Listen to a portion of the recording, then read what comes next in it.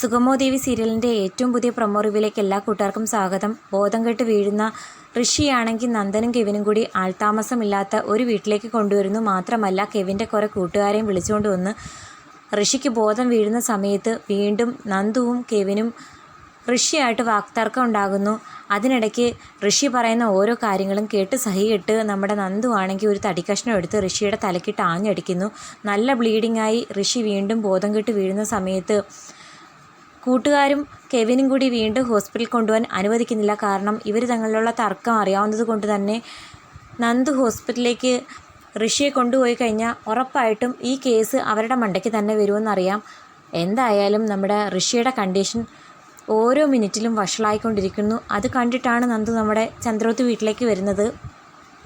ദേവികയെ വിളിച്ചിട്ട് വരുന്ന നന്ദു ആണെങ്കിൽ വീട്ടിൽ വന്നതിന് ശേഷവും മനസ്സിനൊരു സമാധാനമില്ലാതെ എന്തൊക്കെയോ ഇങ്ങനെ ആലോചിച്ചിരിക്കുന്നു. എല്ലാവരും കൂടി ഫുഡ് കഴിക്കുന്ന സമയത്തും നമ്മുടെ നന്ദു ഋഷിയെക്കുറിച്ച് ഇങ്ങനെ ആലോചിച്ചുകൊണ്ടിരിക്കുകയാണ്. അത് മനസ്സിലാക്കി പ്രഭാവതി ചോദിക്കുന്നു, നന്ദു നീ എന്താ ആലോചിക്കുന്നത്? അത് കേട്ട് ഞെട്ടി അങ്ങോട്ടും ഇങ്ങോട്ടും വെപ്രാളപ്പെട്ട് നോക്കുന്നുണ്ട്. ചന്ദ്രോത്ത് വീട്ടിലേ അല്ല നന്ദുവിൻ്റെ മനസ്സ്, ഋഷിയുടെ കൂടെയാണ്.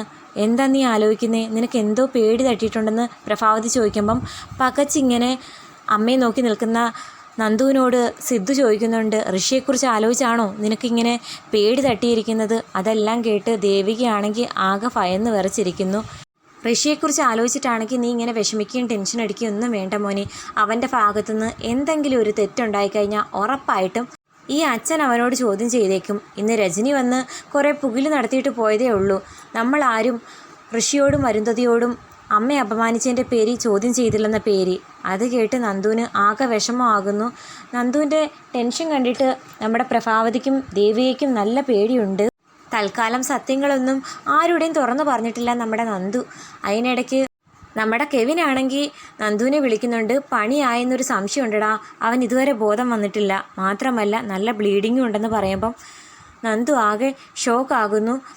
അപ്പം കൂട്ടുകാരൻ, അതായത് കെവിൻ്റെ കൂട്ടുകാരൻ കെവിനോട് വന്ന് പറയുന്നുണ്ട്, അവൻ തീർന്നു സാറേ, അവനിപ്പോൾ ഒരു ബോധവും ഇല്ല, തീർന്നെന്നാണ് തോന്നുന്നത്. അത് കേട്ടിട്ട് കെവിനാണെങ്കിൽ ഋഷിയെ ചെന്ന് തട്ടി പിടിക്കുന്നുണ്ട്. ഋഷിയാണെങ്കിൽ കണ്ണ് തുറക്കുന്നില്ല. എല്ലാം കൂടി ആലോചിച്ചിട്ട് കെവിനും നല്ല പേടിയുണ്ടെന്ന് തന്നെ പറയാം. അതേസമയം അരുന്ധതി CPയോട് പറയുന്നുണ്ട്, എൻ്റെ മനസ്സിൽ എന്തോ ഒരു പേടി തട്ടിയിട്ടുണ്ട്. ഇത്രയും നാൾ എൻ്റെ മകൻ എന്നോടൊപ്പം ഉണ്ടല്ലോ എന്നുള്ളൊരു സമാധാനം ഉണ്ടായിരുന്നു. കുറേ വർഷങ്ങളായിട്ട് അവൻ കിടപ്പിലാണെങ്കിലും അവൻ എന്നോടുള്ളപ്പം എനിക്കെന്തോ ഒരു സമാധാനമുണ്ടായിരുന്നു. എനിക്ക് ആകെക്കൂടിയുള്ളൊരു മോനല്ലേ, ഇപ്പം എന്തോ അവൻ എന്നിൽ നിന്ന് അകന്നതുപോലെ എൻ്റെ മനസ്സ് പറയുന്നു. അവൻ എന്തോ അപകടം പറ്റിയതുപോലെ എൻ്റെ മനസ്സ് ഇരുന്ന് ആരോ പറയുന്നത് പോലെ തോന്നുന്നു എന്നൊക്കെ പറയുമ്പോൾ CP പറയുന്നു, മേഡം ചുമ്മാ ടെൻഷൻ അടിക്കണ്ട, അത് ചുമ്മാ മേഡത്തിന് തോന്നുന്നതായിരിക്കും.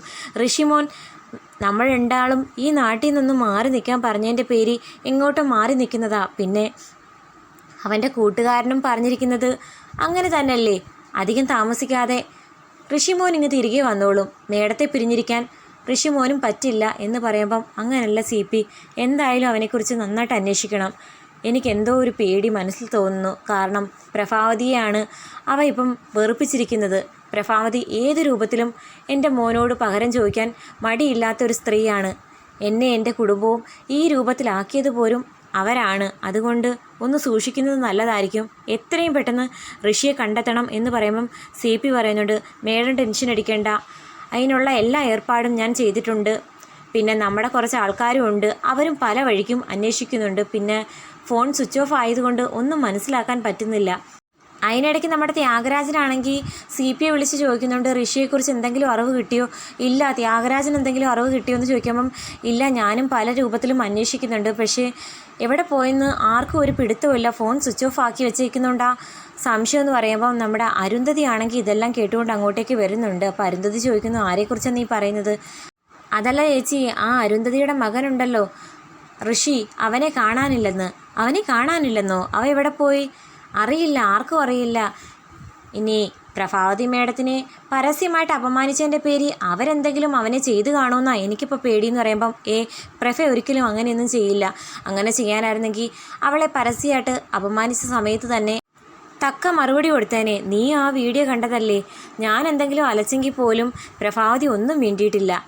എന്തായാലും എന്തെങ്കിലും അറിവ് കിട്ടുന്നെങ്കിൽ എന്നെ അറിയിക്കണേ എന്ന് പറഞ്ഞിട്ട് ചന്ദ്രമതിയാണെങ്കിൽ നേരെ പ്രഭാവതിയെ വിളിച്ച് കാര്യങ്ങൾ പറയുന്നു. ഋഷിയെ കാണാനില്ലെന്ന് കേട്ടപ്പോഴത്തേക്കും പ്രഭാവതിക്ക് ചില സംശയങ്ങൾ തോന്നുന്നുണ്ട്. കാരണം തൻ്റെ മകന് പതിവില്ലാത്ത ഒരു പേടിയും ഭയവും ഒക്കെ അവർ ശ്രദ്ധിച്ചതാണ്. ഇനി ഋഷിയെ കാണാതായതിൻ്റെ പേരിൽ എന്തെങ്കിലും നന്ദുവിൻ്റെ ഇടപെടൽ ഉണ്ടായിരിക്കുമോ എന്ന് സംശയിക്കുന്ന പ്രഭാവതിയും കാണിക്കുന്നുണ്ട്. കാത്തിരിക്കാം എപ്പിസോഡുകൾക്കായിട്ട്. ഇനി എന്തായാലും കേസും വഴക്കുമായിട്ട് കുറേ എപ്പിസോഡ് നീണ്ടു പോകുമെന്ന് തോന്നുന്നുണ്ട്.